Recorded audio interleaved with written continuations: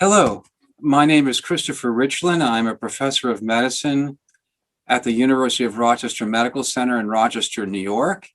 And today we just had a beautiful spring day. It was really marvelous. And I am going to talk to you about where I foresee the treatment of psoriatic arthritis will be over the next 10 to 15 years. Now, as you know, doctors are very good at diagnosis and treatment, but we're not great at foretelling the future. So I can only say to you that you'll have to take this for my current opinion at this time, but whether these come true, we'll have to see. But I truly believe some of the things that I'm going to mention are highly likely to unfold over that time period. So one of the challenges we face with psoriatic arthritis, as you're aware, is that despite the approval of 13 to 14 agents by the Food and Drug Administration over the last 20 years, we've not seen a significant increase in treatment response. And so we really need to improve our outcomes for our patients with PsA. And some of those developments I'm going to talk about, I think, have a good chance of doing that. So let's get started. If you look at agents that are going to be coming out over the next several years, I think the ones to focus your attention on are the agents, number one, that inhibit interleukin 17A and F. And these are two different isoforms of IL-17. And the thinking here is that by inhibiting both A and F and AF, that you may improve your outcomes. There are two agents that are doing this, that can do this. One is Bimikizumab, which is an IL-17A and F antibody, and phase 3 results from their PsA trials will be revealed at the upcoming EULAR meeting in June. The other drug is Sonolokumab, which is a nanobody, so it's IL-17A on one side, F on the other, and albumin in the middle. The advantage of this compound is that it's very small and it may be able to penetrate tissues better. There was an active comparator trial, phase 2B, of Sonolokumab and Secukinumab in psoriasis published in The Lancet. And certainly Sonolokumab was better than placebo. It wasn't powered to compare to Secukinumab, but they had some higher responses to the deeper outcomes of psoriasis, such as the PASI 90, but they had more candida infection. So we'll have to see how these two agents stack up down the line. The second agents are the JAK inhibitors, and there are, as you know, upadacitinib is recently approved for PsA and has very impressive data for skin and joints. And deucravacitinib is entering phase 3 trials in PsA. It's a TYK2 inhibitor, more targeted to IL-23.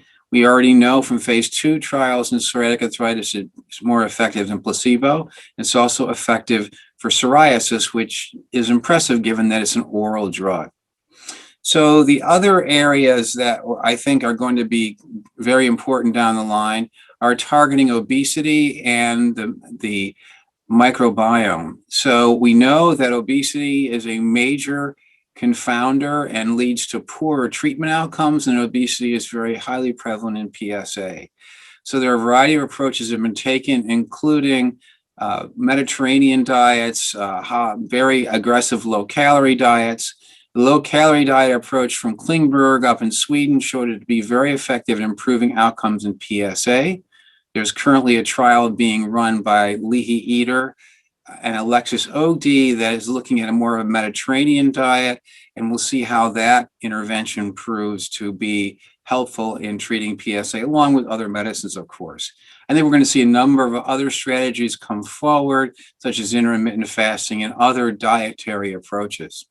There are also approaches to alter the microbiome, and we're getting this people coming to us from a number of companies and startups looking to use nutrients, to use various metabolites, and even some types of bacteria that can release agents or metabolites that actually boost the immune system. So this is another area that's very exciting. The third approach is going to be to find new pathways of pathogenesis. And there's a huge effort in the United States under what's called the AMP-AIM program, which is a consortium of industry, academic centers, and the NIH. And this is targeted to try and understand the basic pathophysiology of psoriasis and psoriatic arthritis using many novel techniques, including single-cell RNA sequence synovial tissue, skin, and blood, as well as spatial transcriptomics, metabolomics, and understanding what's going on in the microbiome. There's a huge project being funded by industry and the NIH, and it's just getting started.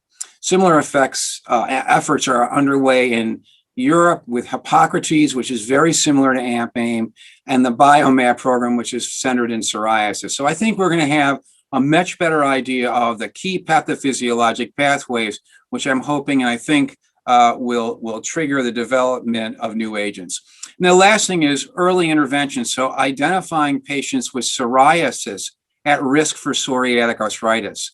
And we have a trial that's underway. It's called the PAMPA trial, where we're identifying patients at higher risk who, based on ultrasound findings, even though they have no musculoskeletal pain, and these patients are receiving guselkumab versus placebo, with a third group that is on only not on any systemic therapy. So that we'll know in a couple of years whether this approach is helpful in trying to either delay or prevent the onset of PsA. And then the last thing is combination biologics. I happen to think that this is going to be a very important move forward, and a trial is currently just started called the Affinity trial, which is treating patients with PsA who failed one anti-TNF with guselkumab, the anti-IL-23, and golimumab versus guselkumab alone. So this will be the first biologic trial in psoriatic arthritis and will give us really important insight as to whether or not this type of approach is effective and safe for the treatment of PsA. Well, there you have it. Those are my the views of where the field will be in 10 or 15 years. And hopefully we'll be sitting in a situation where our outcomes are much improved. Thank you for your attention.